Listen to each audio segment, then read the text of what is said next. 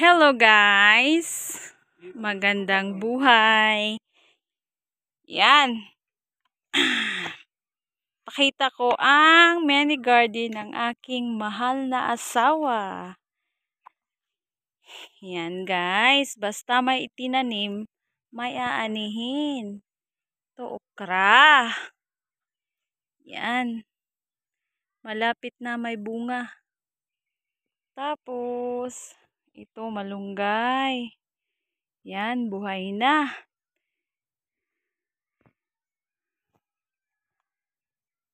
Ito naman, lemongrass.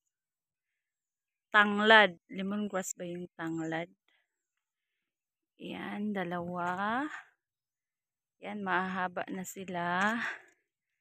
Tsaka ito guys, likway. Bagong tanim pa yan guys. Kasi maulan na ngayon. Mabubuhay kasi sila guys kapag maulan. Kasi nagtanim na yung asawa ko nito pero namatay kasi tag-init eh. Ngayon umuulan kaya nagtanim siya ulit. Yan, okra. Yan yung mga tanim. Yan, malunggay. Yan, ito yung kapaligiran namin guys. Maraming mga kahoy. Yan, panggatong na yan guys. Yan oh. Malaking mangga. Tsaka ito guys. Yan. Sitaw. Kinain ng kanding kaya yan, tingnan mo. Ito din, kinain ng kanding kaya wala talaga. Patay. Tapos ito. Yan o, ito. May ano na siya. Going to bunga na siya. Yan. Tsaka ito.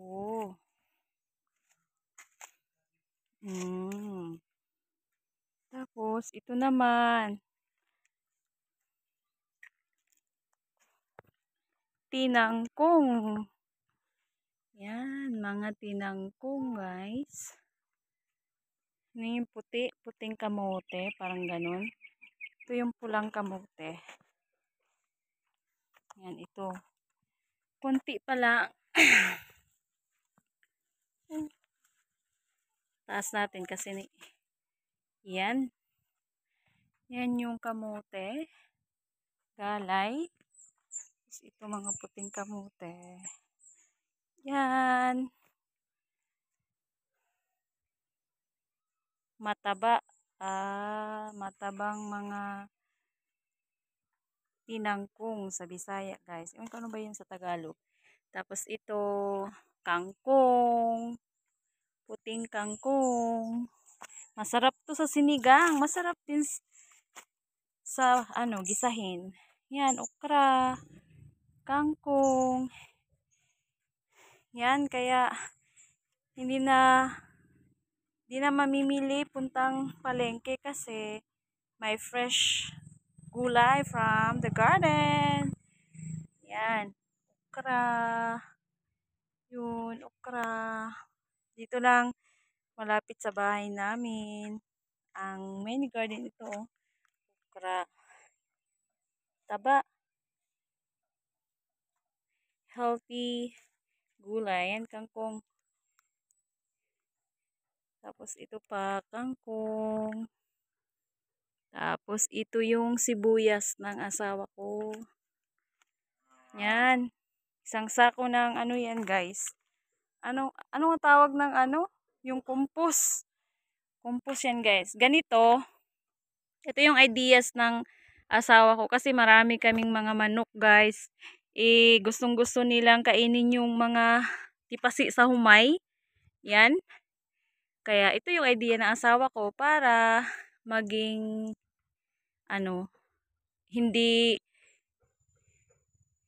hindi sisirain pala ng mga manok. Yan, na sila buhay na buhay na. Nag-short ako nito guys, may shorts ako nito nung nagtanim yung asawa ko. Kaya yan, buhay na sila kasi umulan. Yan pa, okra. Yan, ito pa.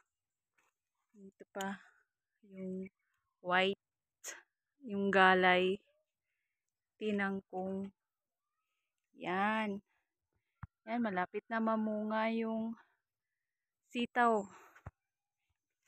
Ay, ito pa. Namulaklak pala yun. Ito. Second demotion yung asawa ko, guys. Nasa baba lang. Ayaw man niya magpa-video, guys. Oy, kasi nahihiya siya. Yan. Okra. Okra. Oh, 'di ba? Gamit na gamit yung space dito sa likod bahay kasi tinaniman ng asawa ko ng mga gulay. 'Yun. Namulaklak na sila. Oh, mulaklak pala bunga. Mamulaklak tapos bunga kasunod diyan. 'Yun. Oy, may bunga na dito, guys. Yan, oh, may bunga na. Ay, galing. Oh, isa. Yan. Oh, dalawa. Pa yun. Ito, oh, maliit. Maraming mga black ants. Yan, at doon pa. Ito pa. Yan. Malapit ng mag-harvest ng gulay. Yan, basta talaga masipag magtanim, may aanihin, may makakain. Masarap tong sitaw. Adobo or sinigang. Yan, oh, namulaklak na sila, guys. Yan. Oh.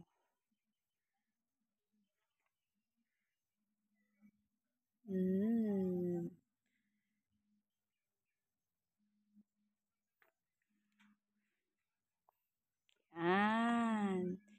Yun. O, diba? Great ideas talaga ng asawa ko. Yan. Tapos, ay, may kalabasa kami dito. Kaya lang, hindi ata okay. Hindi okay yung yung lupa. Kaya medyo parang wala talagang nabuhay. Tapos, ito, sili, guys. Yan, sili. Tingnan nyo. Kumukulo yung niya. Yung mga dahon niya. Kasi nga, nilagyan ng asawa ko ng, ng abono. Hindi pala pwede yung abono sa sili. Kaya yan. Pero okay lang naman. Buhay pa rin siya. Yan, nilagyan niya ng Kural. Yan.